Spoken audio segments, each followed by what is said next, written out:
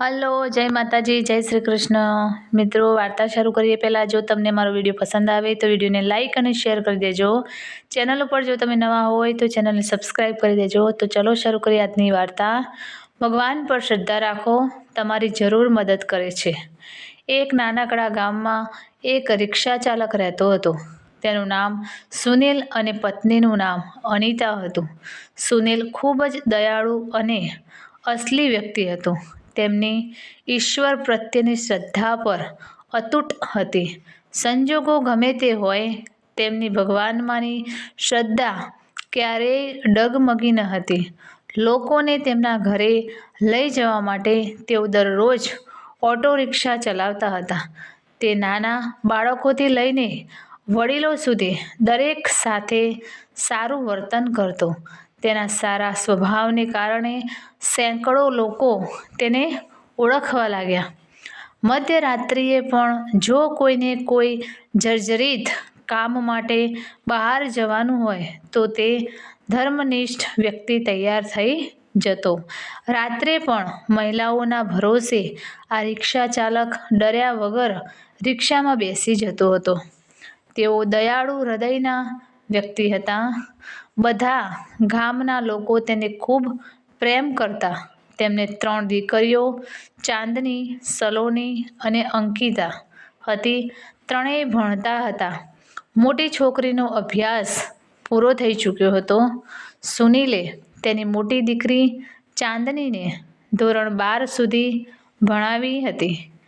બાકીની 2 છોકરીઓ ભણતી હતી. તેણે નક્કી કર્યું કે તેની મોટી દીકરીની ઉંમર થતાં જ તેના લગ્ન કરાવી દેવા. ઈશ્વરે તેને જે કંઈ આપ્યું હતું તે તેના માટે પૂરતું હતું.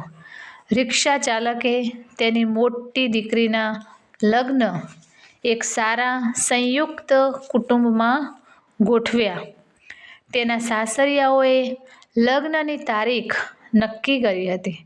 રિક્ષા ચાલકે દીકરીના લગ્ન માટે પૈસા બચાવવા દિવસ-રાત મહેનત કરી. તેણે તેની પુત્રીને ઘરેણાં, કપડાં અને લગ્નની તમામ વસ્તુઓ ખરીદી હતી. તે પોતાની દીકરીના લગ્નનો દિવસ જોવા માટે બેચેન હતો. એક દિવસ તે ભગવાનના મંદિરમાં પૂજા કરવા ગયો. મંદિરમાં પૂજા કરતી વખતે તે બોલવા લાગ્યો, હે ભગવાન, મારી દીકરીના જલ્દી લગ્ન થવાના છે. મારી દીકરીના લગ્નના સામાનની ખરીદી કરતી વખતે મને ક્યારેય કોઈ અછતનો સામનો કરવો પડ્યો નથી. તમારી કૃપાને કારણે બધું સારું થઈ રહ્યું છે. બધો સામાન પણ આવી ગયો છે. ખાદ્ય પદાર્થો પણ આવી ગયા છે. તેણે આ બધા માટે ભગવાનનો સ્વીકાર કર્યો અને તેમનો આભાર માન્યો. લગ્ન આડે 2-3 દિવસ બાકી હતા. તે તેની પુત્રી પાસે ગયો અને કહ્યું, મારી પાસે તને આપવા માટે બહુ કંઈ નથી, પણ મેં તારા માટે કેટલાક ઘરેણાં ખરીદ્યા છે. તમને એક સારા પરિવારને સોંપી રહ્યા છીએ.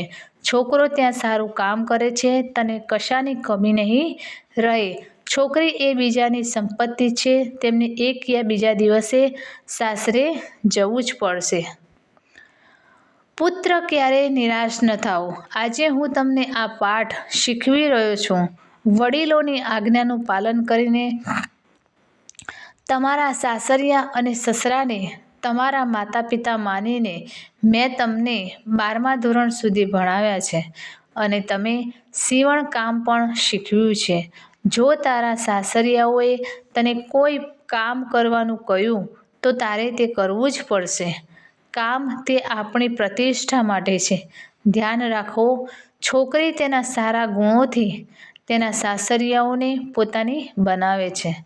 જો તમારા સાસુ અને સસરા તમને ટોણા મારતા હોય તો સમજી લેજો કે તમારા પોતાના માતા-પિતા તમારી સાથે બોલી રહ્યા છે. રિક્ષા ચાલક તેની દીકરીને આ બધી વાતો સમજાવતો હતો. સમજાવતા તેની આંખોમાં આંસુ આવી ગયા. ઘરમાં લગ્નનું વાતાવરણ હતું. ઘરમાં સગા વહાલા હતા. લગ્ન આડે 3 દિવસ બાકી હતા. અચાનક રાત્રે રિક્ષા ચાલકના ઘરે ભયંકર અકસ્માત થયો. રાત્રે તેનું આખું ઘર આગની લપેટમાં આવી ગયું હતું. તેમના ઘરે તેમની નાની દીકરી અંકિતા પાણી પીવા ઊભી થઈ હતી. તેણે જોયું કે દરેક જગ્યાએ ફક્ત ધુમાડો જ હતો અને તેણે તેના માતા પિતાને જગાડ્યા.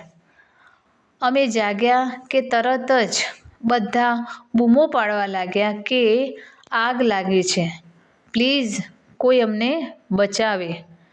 રિક્ષા ચાલક ભારે મુશ્કેલીથી પાછળની બાલ્કનીમાં ગયો અને થાંભલાની મદદથી બાલ્કનીમાંથી બહાર જવાનો પ્રયાસ કર્યો. કોઈ રીતે તેણે ઘરના તમામ સભ્યોને બચાવી લીધા, પરંતુ આગમાં ઘરની તમામ વસ્તુઓ બળીને રાખ થઈ ગઈ હતી. આગમાં લગ્નનો તમામ સામાન બળીને રાખ થઈ ગયો હતો. જ્યાં થોડા સમય પહેલાં ખુશી હતી, ત્યાંનું દૃશ્ય હવે દેખાતું ન હતું. જેણે પણ જોયું તેની આંખમાંથી આંસુ આવવા લાગ્યા. બધા વિચારવા લાગ્યા કે બિચારી હવે શું કરશે.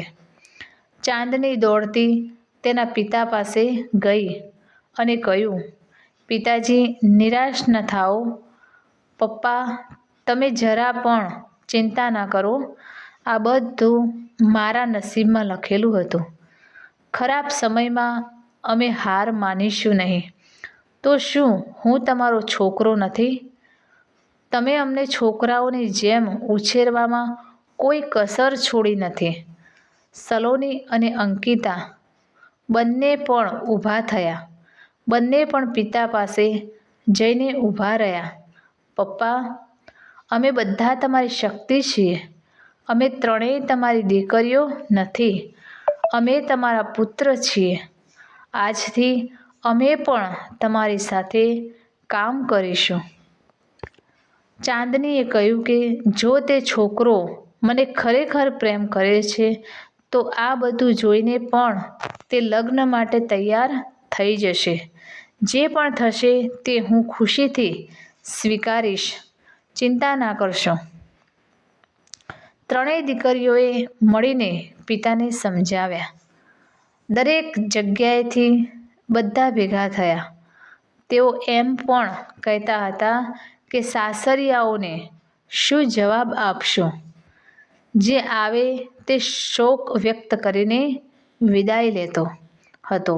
સુનિલના ઘર પાસે લોકોનું ટોળું એકઠું થઈ ગયું હતું. બધા કહેવા લાગ્યા કે તમે સારું કામ કરીને પૈસા કમાયા. સુનિલે કહ્યું કે કદાચ ભગવાનની આ ઈચ્છા હશે. ત્યારે તેની પત્ની અનિતા આવી અને કહ્યું કે તું બસ ભગવાનનું નામ યાદ રાખજે. તારા ભગવાનને તને બદલામાં આ બધું આપ્યું છે. હવે આ ઘરમાં ક્યારેય ભગવાનનું નામ ન લેવું. તેથી જ સુનિલે તેને કહ્યું, તું નસીબદાર છે કે તું આટલી મોટી આગમાંથી જીવતો બહાર આવ્યો. આ ભાગ્યનો ખેલ છે. તમે ભગવાનને કેમ દોષ આપો? કોઈક માણસે પ્રેસમાં આ સમાચાર આપ્યા. બીજા દિવસે અખબારમાં સમાચાર આવ્યા કે ઓટો રિક્ષા ચાલક સુનિલનું ઘર આગમાં બળીને ખાખ થઈ ગયું છે. દીકરીના લગ્નને હવે ગણતરીના દિવસો જ બાકી રહ્યા હતા. ગરીબ માણસ તેની દીકરીના લગ્ન કેવી રીતે કરશે? જેણે પણ આ સમાચાર સાંભળ્યા તેણે મદદ કરી. રિક્ષા ચાલકને ઓળખનારા બધા આવ્યા છતાં ખબર ન પડી કે તે પોતાની સાથે શું લાવ્યો. તેમનું ઘર ભેટોથી ભરાઈ ગયું. કોઈએ ઘઉં, કોઈને કપડાં, કોઈએ રાશન અને કોઈએ પૈસા આપ્યા. બધું સાંભળ્યા પછી બધા સંબંધીઓએ મદદ કરી. સાંજ સુધીમાં તેના ઘરમાં કેટલા પૈસા જમા થયા તેની ખબર નથી. ત્રણેય છોકરીઓએ બધા પૈસા તેમના પિતાને આપી દીધા. પછી બધાને તેમની આંખો પર વિશ્વાસ ન આવ્યો કે જ્યાં બધું પડી ભાગ્યું હતું ત્યાં તેણે 3 છોકરીઓ સાથે બેસીને એટલા પૈસા ભેગા કર્યા હતા કે તેઓ સરળતાથી લગ્ન કરી શકે. ભગવાન આપે તો છત ફાડી નાખે. તેણે ખૂબ જ ધામધૂમથી તેની પુત્રીના લગ્ન મંદિરમાં કર્યા. લોકો અંદરો અંદર વાતો કરતા હતા કે ભગવાન સાચા દિલની વ્યક્તિની મદદ કેમ નથી કરતા. આજે બધાને ભગવાનના આ ચમત્કારમાં વિશ્વાસ હતો. ભગવાન જે કરે છે તે સારું કરે છે. રિક્ષા ચાલકની પત્નીએ કહ્યું, મને માફ કરજો, શું તમે ગુસ્સામાં ભગવાનને કંઈક કહ્યું નથી? ત્રણેય છોકરીઓ હસતી માતા સામે જોઈ રહી. થોડી વાર પછી જ્યાં બધા રડતા હતા ત્યાં બધાના ચહેરા પર ખુશી દેખાતી હતી. ભગવાન સાચા માણસને સૌથી અઘરી પરીક્ષા લેવામાં કોઈ કસર છોડતા નથી. સુનિલ અને તેની દીકરીઓએ કટોકટીના સમયમાં એકબીજાને સાથ આપ્યો અને તેની શ્રદ્ધા ડગમગવા ન દીધી. તમારું કાર્ય સત્ય અને ઈશ્વરમાં શ્રદ્ધા રાખીને કરતા રહો. તમારે પરિણામ જોઈએ કે ન જોઈએ, તમને યોગ્ય સમયે અને ક્યારે યોગ્ય પરિણામ મળે છે. જો ભગવાન આપણને મદદ કરવા માંગતા હોય તો તે એવી રીતે કરે છે જેની બહાર આપણી બુદ્ધિ કલ્પના પણ ન કરી. તો મિત્રો, અહીંયા સુધી હતી આજની આપણી વાર્તા. તો કેવી લાગી તમે પ્લીઝ કમેન્ટમાં જણાવજો. અને સારી લાગી હોય તો વિડીયોને લાઈક અને શેર કરી દેજો. અને જો તમે ચેનલ ઉપર પહેલી વાર હોય તો ચેનલને સબસ્ક્રાઈબ કરી દેજો. ફરીથી મળીશું આવી જ એક નવી વાર્તા સાથે. ત્યાં સુધી જય માતાજી, જય શ્રી કૃષ્ણ, હર હર મહાદેવ. Thanks for watching.